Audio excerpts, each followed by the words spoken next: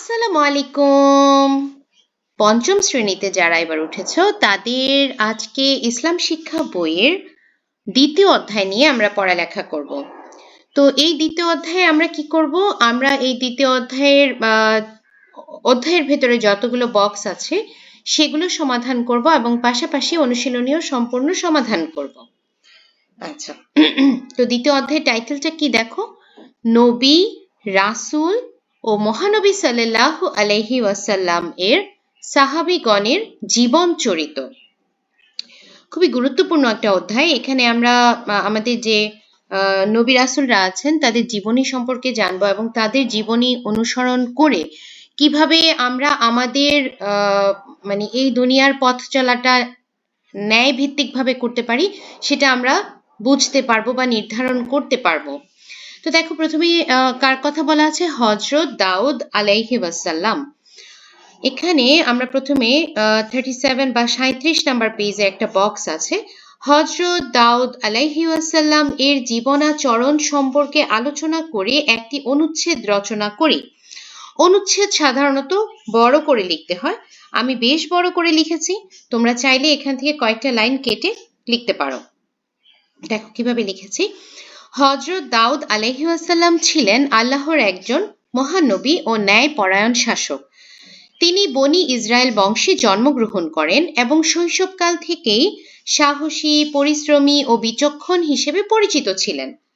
ছোটবেলায় তিনি মেষ চড়াতেন, যা তাকে পরিশ্রমী ও দায়িত্বশীল হতে সাহায্য করে। পরবর্তীতে তার অসাধারণ সাহসিকতা ও বুদ্ধিমত্তার জন্য তিনি সেনাপতি নিযুক্ত হন এবং অত্যাচারী জালুতকে পরাজিত করে বীরত্বের পরিচয় দেন। রাজা হওয়ার পরেও তিনি বিলাসী জীবনযাপন করেননি, বরং সাধারণ মানুষের মতো সহজ ও সৎ জীবনযাপন করতেন। তিনি রাজকোষের উপর নির্ভর না করে নিজ হাতে বর্ম তৈরি করে জীবিকা নির্বাহ করতেন, যা তার আত্মনির্ভরতা ও সততার পরিচয় দেয়। হযরত দাউদ আলাইহি ওয়াসাল্লাম ছিলেন অত্যন্ত আল্লাহভীরু। তিনি নিয়মিত ইবাদত করতেন, রাতে অল্প ঘুমিয়ে অধিকাংশ সময় আল্লাহর স্মরণে কাটাতেন এবং একদিন পরপর রোজা রাখতেন। তাঁর শাসনামলে ন্যায় বিচার প্রতিষ্ঠিত ছিল। তিনি রাজ্যের বিভিন্ন স্থানে আদালত স্থাপন করে সৎ ও যোগ্য বিচারক নিয়োগ দেন। জনগণের সুখ দুঃখ জানার জন্য তিনি ছদ্মবেশে রাস্তায় ঘুরে বেড়াতেন এবং তাদের সমস্যার সমাধানে আন্তরিক চেষ্টা করতেন। তিনি ছিলেন বিনয়ী, মানবদরদী ও কৃতজ্ঞ। জীবনের প্রতিটি অর্জনের জন্য তিনি মহান আল্লাহর প্রতি শুকরিয়া আদায় করতেন। হযরত দাউদ আলাইহি ওয়াসাল্লামের জীবন আমাদের সততা, ন্যায়পরায়ণতা, পরিশ্রম, আত্মনির্ভরতা ও আল্লাহর প্রতি দৃঢ় বিশ্বাস রাখার অনন্য আদর্শ শিক্ষা দেয়। আচ্ছা, তো আমাদের 37 নম্বর পৃষ্ঠাটা হলো। এরপরে দেখো 38 নম্বর পেজে খতে আছে, হযরত দাউদ আলাইহি ওয়াসাল্লামের জীবনাচরণ অনুসরণ করে আমরা নিজেরা যে কাজগুলো করব তার একটি তালিকা তৈরি করি, দলগতভাবে আলোচনা করে কাজটি করি। এখানে তোমাদেরকে 5টি পয়েন্ট লিখতে বলা হয়েছে। আমি 5টি লিখেছি। দেখো কি লিখেছি। সব কাজে সততা ও ন্যায়পরায়ণতা বজায় রাখব। আল্লাহর প্রতি দৃঢ় বিশ্বাস রেখে নিয়মিত ইবাদত করব। নিজের কাজ নিজে করব এবং পরিশ্রমকে সম্মান করব। মানুষের সঙ্গে বিনয়ী, নম্র, সহানুভূতিশীল আচরণ করব। প্রাপ্ত সব নিয়ামতের জন্য মহান আল্লাহর প্রতি কৃতজ্ঞতা প্রকাশ করব। আসলে আমরা যদি নিয়ামতের কথা চিন্তা করি, এটা আসলে বলে শেষ করা যাবে না। এই যে প্রতি মুহূর্তে আমরা বেঁচে আছি, প্রতি মুহূর্তে আমরা শ্বাস প্রশ্বাস নিতে পারছি, সুস্থ আছি, ঠিকঠাক মতো খাবার দাবার খেতে পারছি, সবকিছুই কিন্তু মহান আল্লাহ তাআলার নিয়ামত। ওনার দয়া ছাড়া এগুলো কখনোই সম্ভব হতো না। আচ্ছা, এরপরে কে আছে? এরপর আছেন হযরত ঈসা আলাইহি ওয়াসাল্লাম। তো আমাদের নেক্সট বক্স আছে 40 নাম্বার পৃষ্ঠা। দেখো, হযরত ঈসা আলাইহি ওয়াসাল্লামের জীবনাচরণ সম্পর্কে আলোচনা করে একটি অনুচ্ছেদ রচনা করি, কাজটি জোড়ায় করি। আচ্ছা, যেহেতু অনুচ্ছেদ, এটাও বড় করে লিখেছি।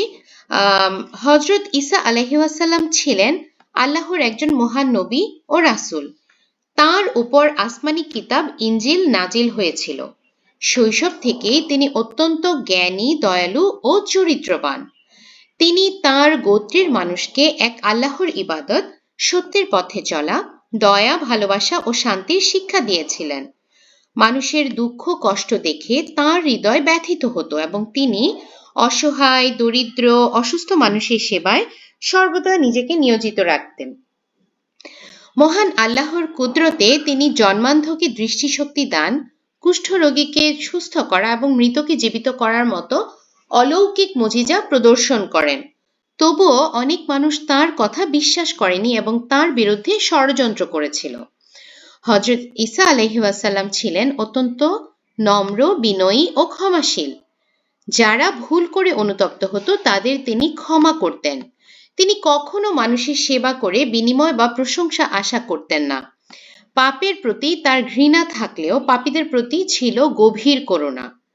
তার জীবন ছিল মানব সেবা ও আল্লাহর সন্তুষ্টি অর্জনের এক উজ্জ্বল দৃষ্টান্ত।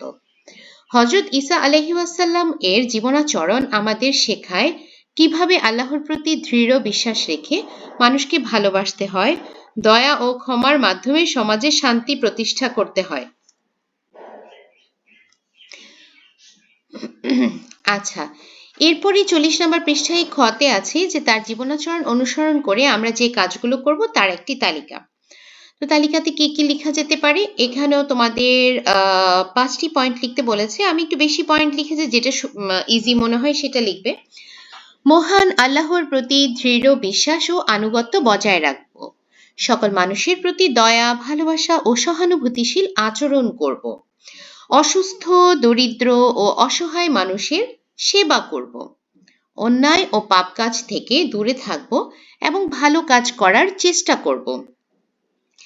কেউ ভুল করলে এবং অনুতপ্ত হলে তাকে ক্ষমা করব। বিনয়ী, নম্র ও শান্ত স্বভাবের মানুষ হওয়ার চেষ্টা করব। প্রতিবেশী ও সমাজের মানুষের প্রতি সাহায্য সহযোগিতার হাত বাড়িয়ে দেব। আচ্ছা, এরপরে আছে আমাদের প্রিয় নবী এবং সর্বশেষ নবী মহানবী হযরত মুহাম্মদ সাল্লাল্লাহু আলাইহি ওয়াসাল্লাম। আচ্ছা, এখানে আমরা কি জানবো দেখি তো। এখানে আমাদের বক্স আছে হলো কত নম্বর পৃষ্ঠা?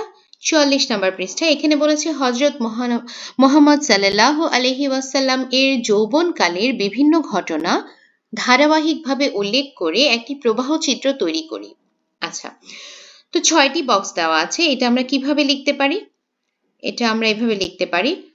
প্রথমে লিখলাম হযরত মুহাম্মদ সাল্লাল্লাহু আলাইহি ওয়াসাল্লাম এর যৌবনকাল, শান্তি ও ন্যায় প্রতিষ্ঠার চিন্তা, কাবাঘর সংস্কার কালে হাজরে আসওয়াদ স্থাপন নিয়ে গোত্রগুলোর বিরোধ হলে নিজের বুদ্ধিমত্তা ও বিচক্ষণতার মাধ্যমে চাদর ব্যবহার করে বিরোধ মীমাংসা, সবার কাছে আল আমিন হিসেবে সম্মান লাভ, হযরত খাদিজা রাদিয়াল্লাহু এর ব্যবসার দায়িত্ব গ্রহণ, সিরিয়া সফরে ব্যবসার সফলতা ও সততা প্রমাণ, হযরত খাদিজা রাদিয়াল্লাহু এর পক্ষ থেকে বিবাহের প্রস্তাব। আচ্ছা, এরপরে আছে খ নম্বরে হযরত মুহাম্মদ সাল্লাল্লাহু আলাইহি ওয়াসাল্লাম এর যৌবনকালের আদর্শ অনুসরণ করে আমরা নিজেরা যে কাজগুলো করব তার একটি তালিকা তৈরি করি। আচ্ছা, তাহলে কি করব আমরা? সব কাজে সততা ও সত্যবাদিতা বজায় রাখব। বিশ্বস্ত ও দায়িত্বশীল মানুষ হওয়ার চেষ্টা করব। ঝগড়া বিবাদ এড়িয়ে শান্তিপূর্ণ সমাধানের পথ বেছে নেব।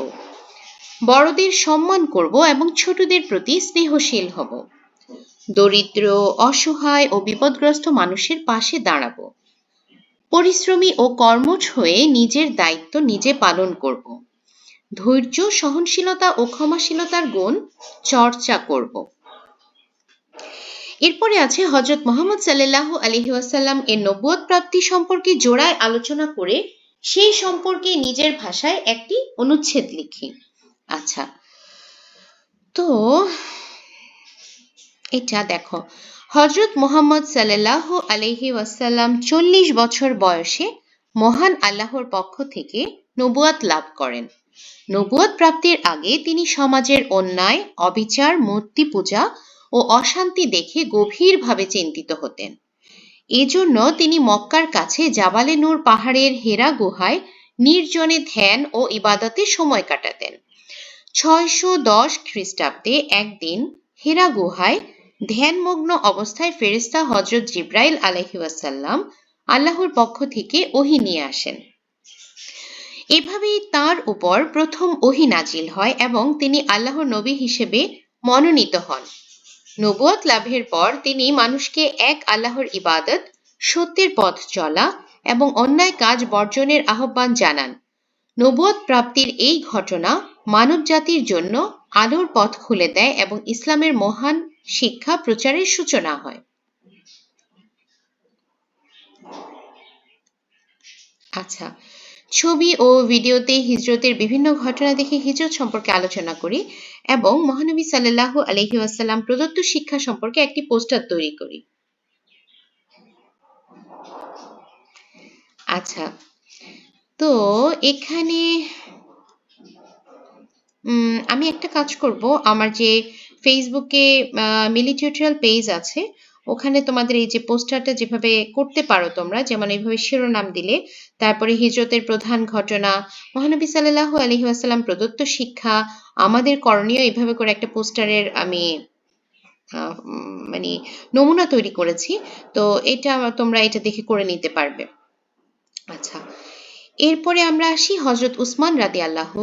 হযরত উসমান রাদিয়াল্লাহু তাআলা আনহা ওনার জীবনী সম্পর্কে জানার পরে 47 নম্বর পৃষ্ঠায় আবার একটি প্রবাহ চিত্র, ওনার জীবনাচরণ সম্পর্কে একটি প্রবাহ চিত্রের কথা বলা হয়েছে। তাহলে প্রথমে আমরা কি লিখব? প্রথমে আমরা লিখতে পারি ওনার কবে জন্মগ্রহণ হয়েছিল। 573 অথবা 576 খ্রিস্টাব্দে মক্কার কুরাইশ বংশে। আচ্ছা, একটা মিনিট, এই যে এখানে আমি কেন ওভাবে লিখেছি দেখো, 573 মতান্তরে 576 এভাবে লেখা আছে, সেজন্য অবলিক দিয়ে লেখা যে তোমার 573 অথবা 76 খ্রিস্টাব্দে মক্কায় কুরাইশ বংশের উমাইয়া গোত্রে জন্মগ্রহণ করেন। প্রথম দিকের ইসলাম গ্রহণকারী সাহাবীদের একজন। মহানবী সাল্লাল্লাহু আলাইহি ওয়াসাল্লামের দুই কন্যার সঙ্গে বিবাহের কারণে জুন্নুরাইন নামে পরিচিত। 644 খ্রিস্টাব্দে খুলাফায়ে রাশিদিনের তৃতীয় খলিফা নিযুক্ত হন। কুরআনের প্রমিত সংকলন সম্পন্ন করেন, জামিউল কুরআন নামে পরিচিত হন। 656 খ্রিস্টাব্দে কুরআন তিলাওয়াতরত অবস্থায় শাহাদাত বরণ করেন। আচ্ছা, এখানে আরেকটা দিয়েছে যে হযরত ওসমান রাদিয়াল্লাহু এর জীবনাদর্শন অনুসরণ করে একটা পোস্টার তৈরি করতে বলেছে। তো এটাও আমি তোমার আমার ফেসবুক পেজে দিয়ে দিব, সেখান থেকে তোমরা দেখে করে নিতে পারবে। আচ্ছা, এরপরে আছে হযরত আলী রাদিয়াল্লাহু। এখানে আমাদের 49 নম্বর পেজে হযরত আলী রাদিয়াল্লাহু এর জীবনাচরণের বিভিন্ন ঘটনাগুলো উল্লেখ করতে বলা হয়েছে। হযরত আলী রাদিয়াল্লাহু ছিলেন ইসলামের চতুর্থ খলিফা এবং মহানবী হযরত মুহাম্মদ সাল্লাল্লাহু আলাইহি ওয়াসাল্লামের অন্যতম প্রিয় সাহাবী। তিনি 600 খ্রিস্টাব্দে মক্কা নগরীতে কুরাইশ বংশের হাশিম গোত্রে জন্মগ্রহণ করেন। তিনি মহানবী সাল্লাল্লাহু আলাইহি ওয়াসাল্লামের চাচা আবু তালিবের পুত্র ছিলেন। শৈশবকাল থেকেই তিনি মহানবী সাল্লাল্লাহু আলাইহি ওয়াসাল্লাম ও হযরত খাদিজা রাদিয়াল্লাহু এর পরিবারে লালিত পালিত হন এবং মহানবী সাল্লাল্লাহু আলাইহি ওয়াসাল্লামের উত্তম চরিত্র ও শিক্ষা দ্বারা গভীরভাবে প্রভাবিত হন। মাত্র 10 বছর বয়সে তিনি ইসলাম গ্রহণ করেন এবং কিশোরদের মধ্যে সর্বপ্রথম মুসলমান হওয়ার গৌরব অর্জন করেন। ইসলামের সেবায় হযরত আলী রাদিয়াল্লাহু আজীবন গুরুত্বপূর্ণ ভূমিকা পালন করেন। তিনি বদর, উহুদ, খন্দক ও খাইবার সহ ইসলামের প্রথম যুগের বহু যুদ্ধে অংশগ্রহণ করে অসীম সাহস, ধৈর্য ও বীরত্বের পরিচয় দেন। তার সাহসিকতার জন্য মহানবী সাল্লাল্লাহু আলাইহি ওয়াসাল্লাম তাকে আসাদুল্লাহ বা আল্লাহর সিংহ উপাধিতে ভূষিত করেন এবং জুলফিকার নামক তরবারি উপহার দেন। 6ষ্ঠ হিজরিতে সংঘটিত হুদায়বিয়ার সন্ধির সময় তিনি চুক্তিপত্রের লেখক হিসেবে গুরুত্বপূর্ণ দায়িত্ব পালন করেন। খলিফা হিসেবে হযরত আলী রাদিয়াল্লাহু ন্যায় বিচার, সমতা ও জনগণের কল্যাণকে সর্বাধিক গুরুত্ব দেন। তিনি আইন ও ন্যায় নীতির প্রশ্নে কাউকে ছাড় দিতেন না। তার বর্ম সংক্রান্ত ঘটনার মাধ্যমে তার ন্যায়পরায়ণতা ও আইনের প্রতি শ্রদ্ধার উজ্জ্বল দৃষ্টান্ত পাওয়া যায়। আসলে অনুচ্ছেদ বেশ বড় করেই লিখতে হয়, তবে আমি বড় করে লিখেছি কারণ তোমরা চাইলে এখান থেকে কেটে কেটে 5-10 লাইনে ছোট করে লিখতে পারবে। আচ্ছা, খ নম্বরে কি আছে? হযরত আলী রাদিয়াল্লাহু এর জীবনাদর্শন অনুসরণ করে আমরা নিজেরা যে কাজগুলো করব তার একটি তালিকা তৈরি করি। আচ্ছা, সবসময় সততা ও ন্যায় বিচার মেনে চলব। দুর্বল, অসহায় ও দরিদ্র মানুষের পাশে দাঁড়াবো। সবার সঙ্গে নম্র, ভদ্র ও অহংকারী আচরণ করব। এখানে একটু বানানটা ভুল আসছে, এটা তোমরা ঠিক করে নিবে। অন্যায় দেখলে আইন ও ন্যায়ের প্রতি প্রতিবাদ করব। ইসলামী শিক্ষা অর্জন ও ইসলামের খেদমতে নিজেকে নিয়োজিত করব। এরপর আছে আমাদের প্রাণপ্রিয় হযরত ফাতেমা রাদিয়াল্লাহু। আচ্ছা, এখানেও আরেকটা অনুচ্ছেদ এবং পোস্টারের কথা বলা হয়েছে। বরাবরের মতো পোস্টারটা আমি আমার ফেসবুক পেজ মিলি টিউটোরিয়ালে দিয়ে দিব। অনুচ্ছেদটা বলছি। হযরত ফাতেমা রাদিয়াল্লাহু ছিলেন মহানবী হযরত মুহাম্মদ সাল্লাল্লাহু আলাইহি ওয়াসাল্লাম এবং হযরত খাদিজা রাদিয়াল্লাহু এর কনিষ্ঠ কন্যা। কনিষ্ঠ মানে সবচেয়ে ছোট কন্যা। তিনি 605 খ্রিস্টাব্দে মক্কায় জন্মগ্রহণ করেন। শৈশবকাল থেকেই তিনি উত্তম চরিত্র, ধার্মিকতা, জ্ঞান ও বিচক্ষণতার পরিচয় দেন। মহানবী সাল্লাল্লাহু আলাইহি ওয়াসাল্লাম নবুয়ত লাভের পর তিনি তাঁর মাতা ও বোনদের সঙ্গে ইসলাম ধর্ম গ্রহণ করেন এবং ইসলামের প্রচার ও প্রসারে পিতাকে সহায়তা করেন। মক্কায় নিপীড়নের সময় তিনি মহানবী সাল্লাল্লাহু আলাইহি ওয়াসাল্লামের পাশে থেকে তাকে সান্ত্বনা দিতেন। 622 খ্রিস্টাব্দে তিনি মদিনায় হিজরত করেন এবং 624 খ্রিস্টাব্দে হযরত আলী রাদিয়াল্লাহু এর সঙ্গে তাঁর বিবাহ সম্পন্ন হয়। সংসার জীবনে তিনি অত্যন্ত পরিশ্রমী ছিলেন এবং নিজ হাতে গৃহস্থালির কাজ করতেন। তিনি দরিদ্র ও অসহায়দের প্রতি অত্যন্ত সহানুভূতিশীল ছিলেন এবং আল্লাহর সন্তুষ্টির জন্য নিজের প্রয়োজনীয় জিনিসও দান করতেন। উহুদ যুদ্ধে আহত মহানবী সাল্লাল্লাহু আলাইহি ওয়াসাল্লামের সেবায় তিনি বিশেষ ভূমিকা পালন করেন। ধৈর্য, ত্যাগ, তাকওয়া ও আল্লাহর প্রতি গভীর বিশ্বাসের মাধ্যমে হযরত ফাতেমা রাদিয়াল্লাহু মুসলমানদের জন্য এক অনুকরণীয় আদর্শ স্থাপন করে গেছেন। আচ্ছা,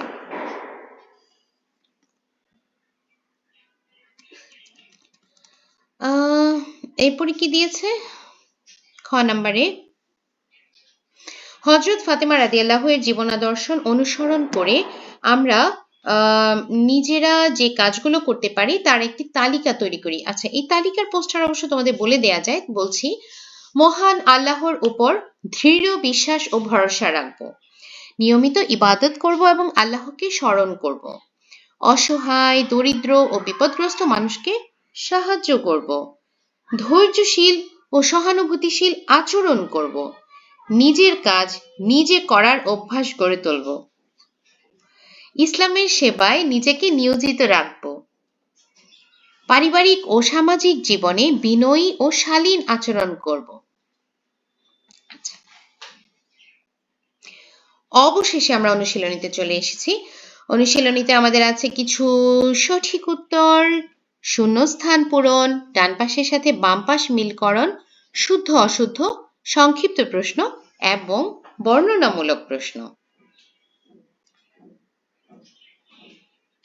আচ্ছা, হযরত দাউদ আলাইহি ওয়াসাল্লামের উপর কোন আসমানি কিতাব নাজিল হয়?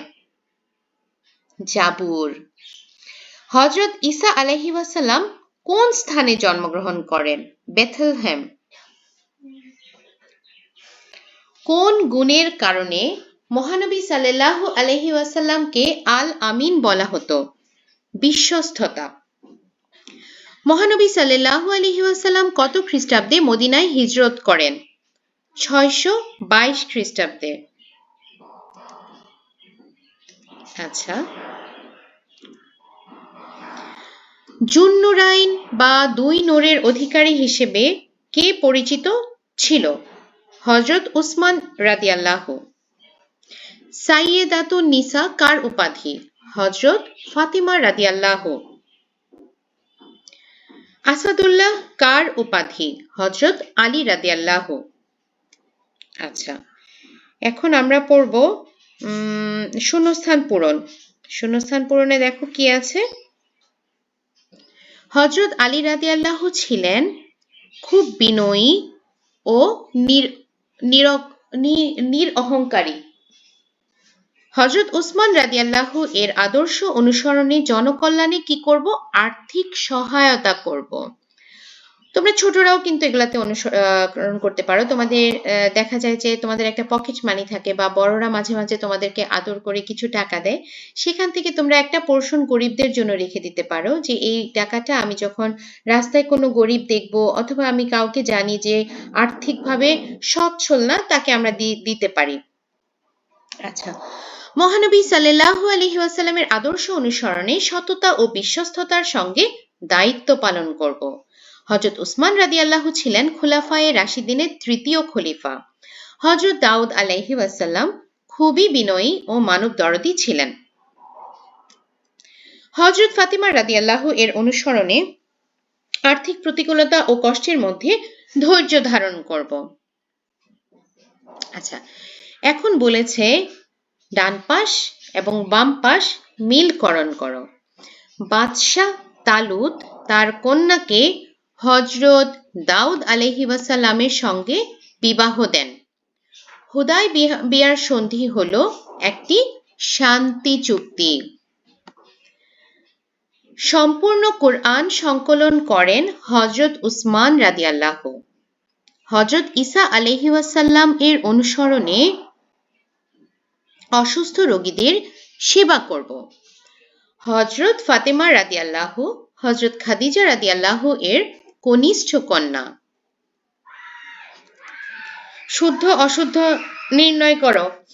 হযরত দাউদ আলাইহি ওয়াসাল্লাম আরবের কুরাইশ বংশে জন্মগ্রহণ করেন। অশুদ্ধ, তিনি বনি ইসরায়েল বংশে জন্মগ্রহণ করেন। আলামিন ছিল হযরত ঈসা আলাইহি ওয়াসাল্লামের উপাধি। অশুদ্ধ, আলামিন ছিল মহানবী হযরত মুহাম্মদ সাল্লাল্লাহু আলাইহি ওয়াসাল্লামের উপাধি। আল আমিন মানে হলো বিশ্বাসযোগ্য বা বিশ্বস্ত, ট্রাস্ট অর্থী। হযরত উসমান রাদিয়াল্লাহু এর আদর্শ ছিল জনকল্যাণমূলক কাজ করা। শুদ্ধ, 624 খ্রিস্টাব্দে মুহাম্মদ সাল্লাল্লাহু আলাইহি ওয়াসাল্লাম মিরাজে গমন করেন। অশুদ্ধ, তিনি 621 খ্রিস্টাব্দে মিরাজে গমন করেন। হযরত মুহাম্মদ সাল্লাল্লাহু আলাইহি ওয়াসাল্লামের আদর্শ অনুসরণ করে আমরা বিশ্বস্ত হতে পারি। শুদ্ধ। সংক্ষিপ্ত প্রশ্ন, হযরত দাউদ আলাইহি ওয়াসাল্লাম কে ছিলেন? হযরত দাউদ আলাইহি ওয়াসাল্লাম ছিলেন মহান আল্লাহর প্রেরিত একজন নবী ও রাসূল। তিনি বনি ইসরায়েল জাতির একজন ন্যায়পরায়ণ ও আদর্শবাদী বাদশাহ ছিলেন। আল্লাহ তাআলা তাঁর উপর আসমানি কিতাব জাবুর নাজিল করেন। তিনি একদিকে যেমন ন্যায় বিচার প্রতিষ্ঠা করে রাজ্য শাসন করেছেন, অন্যদিকে তেমনি আল্লাহর ইবাদত ও দ্বীনের দাওয়াতে নিজেকে সম্পূর্ণভাবে নিয়োজিত রেখেছেন। সততা, ন্যায়পরায়ণতা, আত্মনির্ভরতা ও আল্লাহ ভীতির জন্য তিনি ইতিহাসে অনন্য দৃষ্টান্ত স্থাপন করেছেন।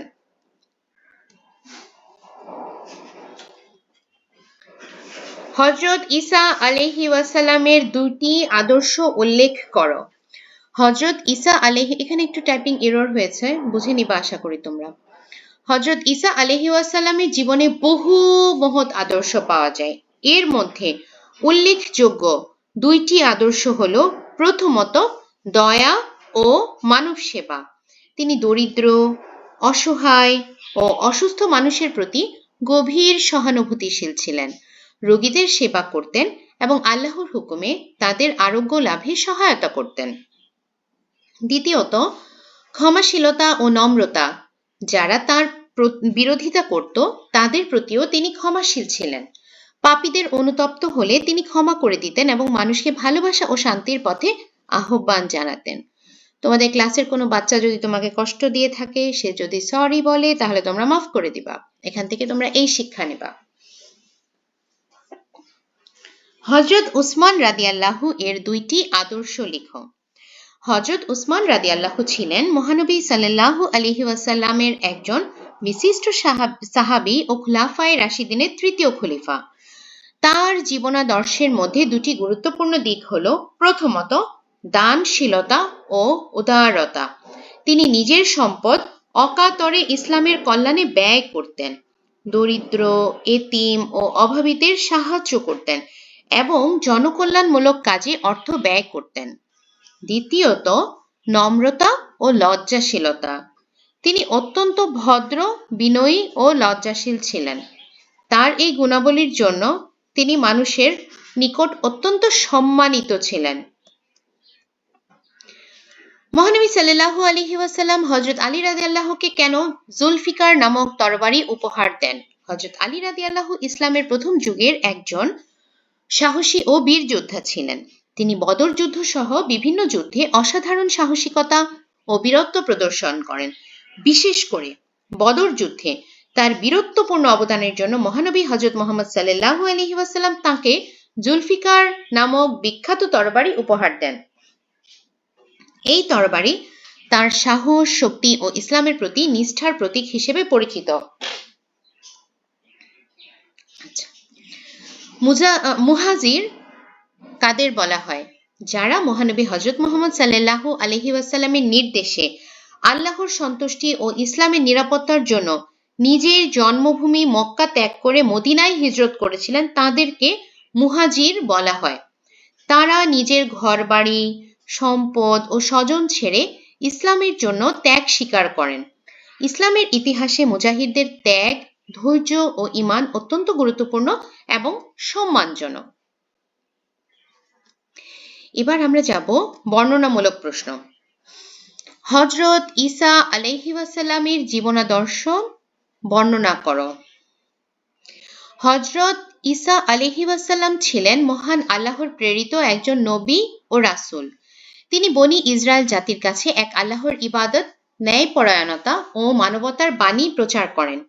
তাঁর জীবনাদর্শের মূল ভিত্তি ছিল দয়া, ভালোবাসা, ক্ষমাশীলতা ও মানব সেবা। তিনি মানুষকে শিরক ও অন্যান্য কাজ থেকে বিরত থাকতে উপদেশ দিতেন এবং আল্লাহর প্রতি পূর্ণ আনুগত্যের শিক্ষা দিতেন। হযরত ঈসা আলাইহিস সালাম দরিদ্র, অসহায় ও নির্যাতিত মানুষের প্রতি গভীর সহানুভূতিশীল ছিলেন। তিনি মহান আল্লাহর নির্দেশে অসুস্থদের সুস্থ করতেন, কুষ্ঠরোগ নিরাময় করতেন, জন্মান্ধকে দৃষ্টিশক্তি দান করতেন। এসব অলৌকিক ক্ষমতার মাধ্যমে তিনি মানুষকে আল্লাহর শক্তি ও কুদরতের প্রতি বিশ্বাসী করে তুলতেন। তিনি ছিলেন অত্যন্ত নম্র ও ক্ষমাশীল। যারা তাঁর বিরোধিতা করত কিংবা তাঁর ক্ষতি করতে চেয়েছিল তাদের প্রতিও তিনি প্রতিশোধ না নিয়ে ক্ষমার শিক্ষা দিয়েছেন। পাপীদের প্রতি তার করুণা ছিল, তবে পাপের প্রতি ছিল তার ঘৃণা। তিনি মানুষকে শান্তি, সহনশীলতা ও ভালোবাসার পথে আহ্বান জানান। সর্বোপরি হযরত ঈসা আলাইহিস সালামের জীবনাদর্শ আমাদের শেখায় মানব সেবা করা, অসহায় মানুষের পাশে দাঁড়ানো, আল্লাহ ভীরু হওয়া ও জীবনের প্রতিটি ক্ষেত্রে ন্যায় ও শান্তি প্রতিষ্ঠা করা। হযরত মুহাম্মদ সাল্লাল্লাহু আলাইহি ওয়াসাল্লামের যৌবনকালের আদর্শ আমরা কিভাবে অনুশীলন করতে পারি? হযরত মুহাম্মদ সাল্লাল্লাহু আলাইহি ওয়াসাল্লামের যৌবনকাল ছিল উত্তম চরিত্র ও নৈতিক গুণাবলীর এক উজ্জ্বল দৃষ্টান্ত। তার জীবনাদর্শ অনুশীলনের মাধ্যমে আমরা ব্যক্তি, সমাজ ও রাষ্ট্রীয় জীবনে শান্তি ও কল্যাণ প্রতিষ্ঠা করতে পারি। হযরত মুহাম্মদ সাল্লাল্লাহু আলাইহি ওয়াসাল্লামের যৌবনকালের আদর্শ আমরা যেভাবে অনুশীলন করতে পারি: ১. কথা ও কাজে সর্বদা সত্যবাদী থাকা ও মিথ্যা পরিহার করা। আচ্ছা বাচ্চারা, আমি এখানে 13টা পয়েন্ট লিখেছি। খুব জরুরি না যে তোমাদেরকে 13টা পয়েন্ট লিখতে হবে, সর্বোচ্চ তোমরা 10টা পয়েন্ট লিখলেই হবে। একটু বেশি করে লিখেছি কারণ দেখা যায় যে আমরা পড়ে গেলে সবগুলো পয়েন্ট কিন্তু পরীক্ষার হলে মনে থাকে না। তোমরা তোমাদের সুবিধা মতো লিখে নেবে। সততা ও বিশ্বস্ততার সঙ্গে সকল দায়িত্ব পালন করা, আমানত রক্ষা করা এবং প্রতিশ্রুতি যথাযথভাবে পূরণ করা। আমানত রক্ষা মানে কি? ধরো কেউ তোমার কাছে একটা কিছু টাকা জমা রেখেছে যে এই টাকাটা তুমি রাখো, আমার যখন প্রয়োজন হবে আমি নিয়ে নেব, কিন্তু তুমি কি করলা? নিজের যখন প্রয়োজন হলো টাকাটা ব্যবহার করে ফেললা, তো এটি কিন্তু তোমার আমানতের খেয়ানত হলো। আবার কথারও আমানত হয়। কেমন? ধরো কেউ একজন তোমাকে একটা সিক্রেট শেয়ার করলো, শেয়ার করে বললো যে এটা তুমি কাউকে বলো না। তুমি আবার কি করলা, গিয়ে আরেকজনকে বললে তুমি কাউকে বলো না। তো তাতে কিন্তু আমানতের খেয়ানত হলো। আচ্ছা, ন্যায় ও ইনসাফের পথে চলা এবং সব ধরনের অন্যায় থেকে বিরত থাকা, সমাজে শান্তি, শৃঙ্খলা ও সম্প্রতি বজায় রাখতে সচেষ্ট থাকা, দরিদ্র, অসহায়, এতিম ও দুর্বল মানুষদের পাশে দাঁড়িয়ে সাহায্য ও সহযোগিতা করা, মানুষের সঙ্গে বিনয়ী, ভদ্র ও সদাচরণ করা, বড়দের সম্মান করা এবং ছোটদের স্নেহ ও ভালোবাসা দেওয়া, জীবনের বিভিন্ন প্রতিকূলতায় ধৈর্য, সহনশীলতা ও ক্ষমাশীলতার চর্চা করা, হিংসা, অহংকার ও বিদ্বেষ পরিহার করে উত্তম চরিত্র গড়ে তোলা, পরিশ্রমী হওয়া এবং হালাল উপায়ে জীবন অর্জনের চেষ্টা করা, সমাজের কল্যাণে নিজেকে নিয়োজিত করা এবং মানুষের উপকারে আসা, সকল কাজে ন্যায়, সত্য ও আল্লাহর উপর পূর্ণ ভরসা রেখে জীবন পরিচালনা করা। আচ্ছা, এবার বলবো হযরত আলী রাদিয়াল্লাহু এর আদর্শ অনুসরণ করে আমরা কোন কোন কাজগুলো করব। হযরত আলী রাদিয়াল্লাহু ছিলেন সাহস, জ্ঞান ও ন্যায়পরায়ণতা ও বিনয়ের এক অনন্য দৃষ্টান্ত। তার আদর্শ অনুসরণ করে আমরা আমাদের জীবনে বহু ভালো কাজ করতে পারি বা অনেক ভালো কাজ করতে পারি। কি করতে পারি? যেমন ন্যায় বিচার প্রতিষ্ঠা করা এবং সব ধরনের অন্যায়ের বিরুদ্ধে দৃঢ় অবস্থান নেওয়া। এখন কিভাবে? আচ্ছা, ন্যায় বিচার কিভাবে প্রতিষ্ঠা করবে? ধরো তুমি ক্লাসের ক্যাপ্টেন, হ্যাঁ, তো তোমার বেস্ট ফ্রেন্ড একটা দোষ করলো, কিন্তু তুমি ওটা ওভারলোক করে গেলে, থাক ও তো আমার বেস্ট ফ্রেন্ড, ওকে কিছু বললাম না। আবার তুমি যাকে দেখতে পারো না, সে একটা দোষ করলো, তুমি সাথে সাথে গিয়ে বললা মিস ও না এই কাজটা করেছে। তো এখানে কিন্তু ন্যায় বিচার প্রতিষ্ঠা করা হলো না।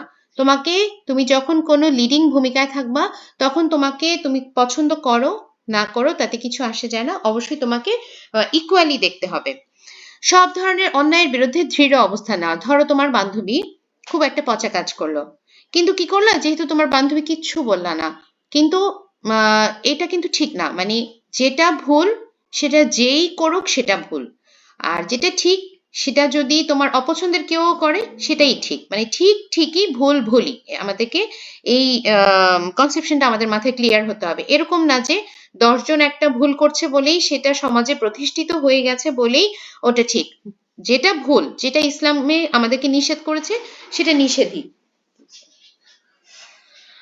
আচ্ছা, যে কোনো পরিস্থিতিতে সত্যের পথে অবিচল থাকা এবং মিথ্যা ও জুলুম থেকে দূরে থাকা, অসহায়, দরিদ্র ও দুর্বল মানুষের পাশে দাঁড়িয়ে তাদের সহায়তা করা, মানুষের অধিকার রক্ষায় সচেষ্ট থাকা এবং সামাজিক অবিচারের প্রতিবাদ করা, সকল মানুষের সঙ্গে নম্র, ভদ্র ও বিনয়ী আচরণ করা, ধনী, গরিব, ছোট, বড় সবার প্রতি সমান দৃষ্টিভঙ্গি রাখা, সাহসের সঙ্গে সত্য কথা বলা এবং ন্যায়ের পক্ষে অবস্থান নেওয়া, জ্ঞান অর্জনে আগ্রহী হওয়া এবং সেই জ্ঞানকে মানব কল্যাণে ব্যবহার করা, ইসলামের সেবায় নিজেকে নিয়োজিত রাখা এবং ধর্মীয় মূল্যবোধ চর্চা করা, চরিত্র, কথা ও কর্মের মাধ্যমে ইসলামের সৌন্দর্য ও মহিমা তুলে ধরা। এভাবে হযরত আলী রাদিয়াল্লাহু এর আদর্শ অনুসরণ করে আমরা একজন আদর্শ, ন্যায়পরায়ণ ও মানবিক মানুষ হিসেবে গড়ে উঠতে পারি। তার জীবনাদর্শ আমাদের ব্যক্তি, সমাজ ও রাষ্ট্রীয় জীবনে শান্তি ও কল্যাণ প্রতিষ্ঠায় সহায়ক ভূমিকা রাখে। হযরত ফাতেমা রাদিয়াল্লাহু এর জীবনাদর্শ থেকে শিক্ষণীয় 5টি বিষয় উল্লেখ করো। হযরত ফাতেমা রাদিয়াল্লাহু ছিলেন মহানবী সাল্লাল্লাহু আলাইহি ওয়াসাল্লামের কন্যা এবং একজন আদর্শ মুসলিম নারী। তার জীবনাদর্শ থেকে আমরা বহু মূল্যবান শিক্ষা গ্রহণ করতে পারি। নিচে 5টি গুরুত্বপূর্ণ শিক্ষণীয় বিষয় উল্লেখ করা হলো। মহান আল্লাহর উপর পূর্ণ বিশ্বাস ও ভরসা রাখা। তিনি জীবনের সকল পরিস্থিতিতে আল্লাহর উপর নির্ভর করতেন। দুঃখ, কষ্ট ও অভাবের মধ্যে ধৈর্য ধারণ করা। তিনি সীমাহীন কষ্ট সহ্য করেও ধৈর্য হারাননি। অসহায় ও দরিদ্রদের সাহায্য করা। নিজের প্রয়োজনের কথা না ভেবে তিনি অন্যকে সাহায্য করতেন। বিনয়ী, পরহেজগার ও সহজ জীবনযাপন করা। আড়ম্বর ও বিলাসিতা পরিহার করে তিনি সরল জীবনযাপন করেছেন। আচ্ছা, ইসলামের সেবায় আত্মনিয়োগ করা। তিনি সর্বদা ইসলামের প্রচার ও মহানবী সাল্লাল্লাহু আলাইহি ওয়াসাল্লামের কাজে সহায়তা করেছেন। হযরত ফাতিমা রাদিয়াল্লাহু এর এই আদর্শগুলো অনুসরণ করলে আমরা নৈতিক ও ধর্মীয়ভাবে উত্তম মানুষ হতে পারি। আচ্ছা, এরপরে আমি তোমাদের জন্য কিছু অতিরিক্ত নোট করেছি, যেমন কিছু সত্য মিথ্যা, সঠিক উত্তর, শূন্যস্থান পূরণ, এগুলো আমি আলাদা করে আমার ফেসবুক যে পেজ আছে মিলি টিউটোরিয়াল সেটাতে দিয়ে দিব। পাশাপাশি বইয়ের যে বক্সগুলো আমরা সমাধান করলাম সেটাও আমি তোমাদের সুবিধার্থে মিলি টিউটোরিয়াল পেজে দিয়ে দিব। আশা করি তোমরা মিলি টিউটোরিয়াল পেজে সবাই ফলো দিয়ে রাখবে এরকম পোস্টের নোটিফিকেশন পাওয়ার জন্য। আর আজকের ভিডিও তো অনেক লম্বা হয়ে গেল, এখন শেষ করছি। তোমরা সবাই সুস্থ থাকো, ভালো থাকো। যারা এখন পর্যন্ত সাবস্ক্রাইব করনি সাবস্ক্রাইব করে ফেলো, এবং যারা ভিডিও দেখেছো তারা আমাকে জানাবা ভিডিওটা কেমন লাগছে। তো শেষ করছি, আল্লাহ হাফেজ।